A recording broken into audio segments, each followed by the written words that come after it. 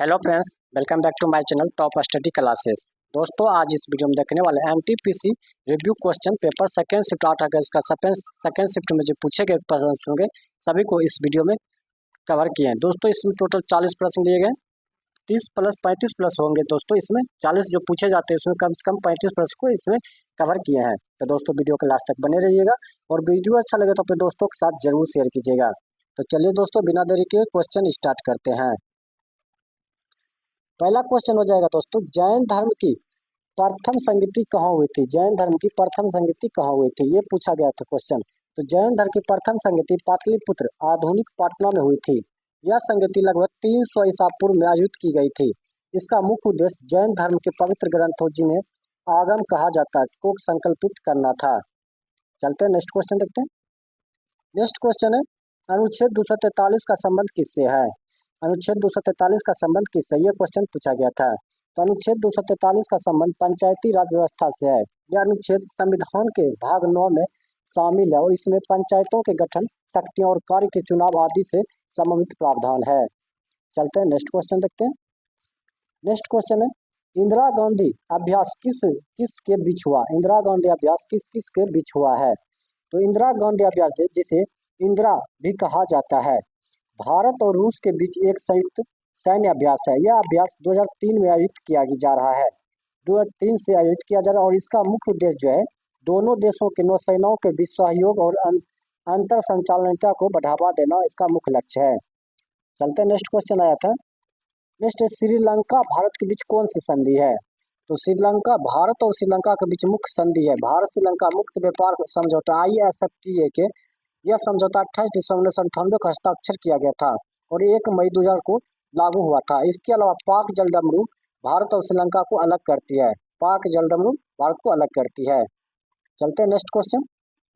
Next question आया था, 2024 में किस भारतीय राज्य में राष्ट्रपति शासन लगाया गया था?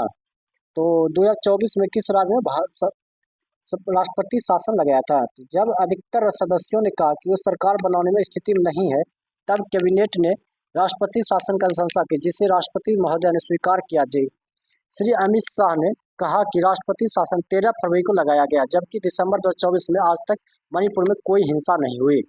तो दोस्तों, ये जो हो जाएगा, याद रखिएगा मणिपुर में जो है, याद रखिए मणिपुर में राष्ट्रपति शासन लगाया गया था। नेक्स्ट क्वेश्चन है, 61वां संविधान संशोधन अधिनियम किससे संबंधित है? तो 61वां संविधान संशोधन अधिनियम 1988 का संबंध मतदान की आयु को 21 वर्ष से घटाकर 18 वर्ष करने से है। इस संशोधन में भारतीय संविधान के अनुच्छेद 326 में संशोधन किया जो लोकसभा और राज्य विधानसभा चुनावों में वयस्क मताधिकार से संबंधित है। तो चलते हैं नेक्स्ट क्वेश्चन देखते हैं क्या पूछा गया था। नेक्स्ट क्वेश्चन आता है, भारतीय संविधान का अनुच्छेद 48 किससे संबंधित है? तो भारतीय संविधान का अनुच्छेद 48 किससे संबंधित है? तो भारतीय संविधान का अनुच्छेद 48 कृषि और पशुपालन से के संगठन से संबंधित है। यह अनुच्छेद राज्य को आधुनिक और वैज्ञानिक तरीकों से कृषि और पशुपालन को कदा व्यवस्थित करने का निर्देश देता है और विशेष रूप से गायों, बछड़ों और अन्य दुधारू और भारवाही पशुओं को नस्लों के संरक्षण को सुधार तथा उसके वैध को प्रतिबंध लगाने के लिए कदम उठाने का निर्देश देता है। चलते हैं नेक्स्ट क्वेश्चन देखते हैं। नेक्स्ट क्वेश्चन पूछा गया था, 97वें संविधान संशोधन द्वारा राज्य की नीति निर्देशक तत्व में कौन सा अनुच्छेद जोड़ा गया था? तो 97वें संविधान संशोधन द्वारा जो है राज्य की नीति निर्देशक तत्वों में अनुच्छेद 43 भी जोड़ा गया। यह संशोधन सहकारी समिति के स्वैच्छिक गठन, स्वायत्त कार्य प्रणाली, लोकतांत्रिक नियंत्रण और व्यावसायिक प्रबंधन को बढ़ावा देने से संबंधित है। चलते हैं नेक्स्ट क्वेश्चन देखते हैं। नेक्स्ट क्वेश्चन है, सूचना का अधिकार किस अधिनियम में लागू हुआ? सूचना का अधिकार किस अधिनियम में लागू हुआ? तो सूचना का अधिकार राइट ऑफ इंफॉर्मेशन RTI अधिनियम 2005 में लागू हुआ। इस अधिनियम को 12 अक्टूबर 2005 को पूरे भारत में लागू किया गया था। जम्मू और कश्मीर को छोड़कर इस अधिनियम का उद्देश्य नागरिकों को सार्वजनिक प्राधिकरण से सूचना प्राप्त करने का अधिकार देना है। इससे पारदर्शिता और जवाबदेही सुनिश्चित हो सके। चलते हैं नेक्स्ट क्वेश्चन देखते हैं। नेक्स्ट क्वेश्चन है, भारत का निर्वाचन आयोग किस प्रकार का निकाय है? भारत का निर्वाचन आयोग किस प्रकार का निकाय है? तो भारत निर्वाचन आयोग एक स्वायत्त संवैधानिक प्राधिकरण है जो भारत में संघ एवं राज्य निर्वाचन प्रक्रियाओं को संचालन करने के लिए उत्तरदायी होता है। यह निकाय जो है भारत में लोकसभा, राज्यसभा, राज्य विधानसभाओं, देश में राष्ट्रपति और उपराष्ट्रपति के पदों के लिए निर्वाचन का संचालन करता है। चलते हैं, देखते हैं नेक्स्ट क्वेश्चन। दोस्तों हम इतना लॉन्ग से इसलिए बता रहे हैं ताकि आगे आने वाली परीक्षा में क्वेश्चन रिपीट हो सकता है, तो इससे मिलता जुलता प्रश्न बना सकते हैं। राजस्व राज्य का सर्वोच्च विधि अधिकारी कौन होता है? तो राज्य का सर्वोच्च विधि अधिकारी महाधिवक्ता एडवोकेट जनरल होता है। भारतीय संविधान के अनुच्छेद 165 के अनुसार जो है प्रत्येक राज्य के राज्यपाल महाधिवक्ता की नियुक्ति करते हैं। यह पद केंद्र सरकार के महान्यायवादी अटॉर्नी जनरल के पद के समान होता है। चलते हैं और देख लेते हैं इसका फैक्ट। महाधिवक्ता राज्य सरकार को कानूनी मामलों पर सलाह देने के लिए जिम्मेदार होता है और उसे राज्य के सभी अदालतों की सुनवाई का अधिकार होता है। नेक्स्ट क्वेश्चन है,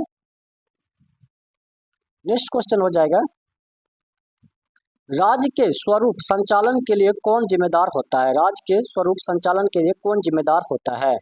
तो राज्यपाल के पास राज्य प्रशासन, विधायी प्रक्रिया और न्यायिक मामलों में संबंधित कई शक्तियां और कार्य होते हैं।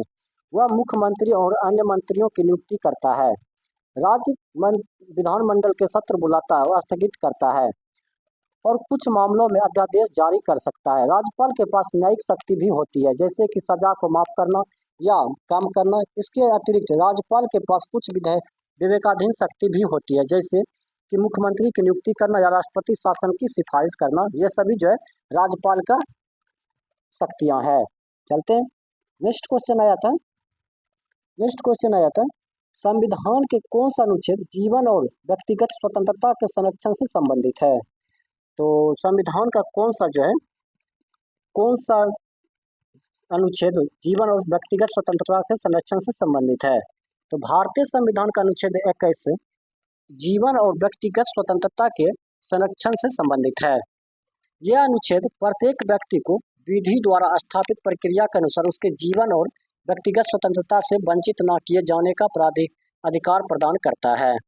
संक्षेप में कहा जाए तो अनुच्छेद 21 यह सुनिश्चित करता है कि किसी भी व्यक्ति को उसकी जान या व्यक्तिगत स्वतंत्रता से वंचित नहीं किया जाएगा जब तक कि ऐसा कानून द्वारा विस्थापित प्रक्रिया के अनुसार न हो। ये सभी जो है संविधान का अनुच्छेद जीवन और व्यक्तिगत स्वतंत्रता के संरक्षण से संबंधित है। तो कौन सा अनुच्छेद? तो 21 अनुच्छेद 21 याद रखिएगा। चलते नेक्स्ट क्वेश्चन है, भारतीय संविधान में संशोधन के लिए लोकसभा में किस प्रकार की बहुमत की आवश्यकता होती है? तो भारतीय संविधान संशोधन के लोकसभा में विशेष बहुमत की आवश्यकता होती है।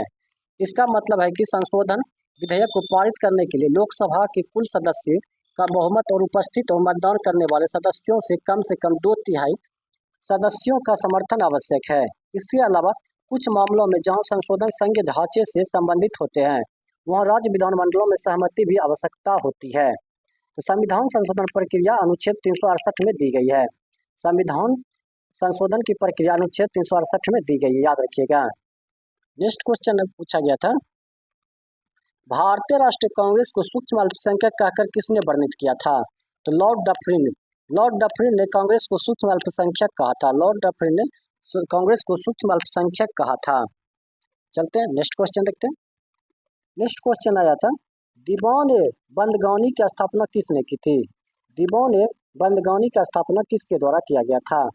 तो दीवान-ए-बंदगान की स्थापना फिरोज शाह तुगलक ने की थी। यह विभाग दास विभाग था जिसे दीवान-ए-बंदगान कहा जाता था।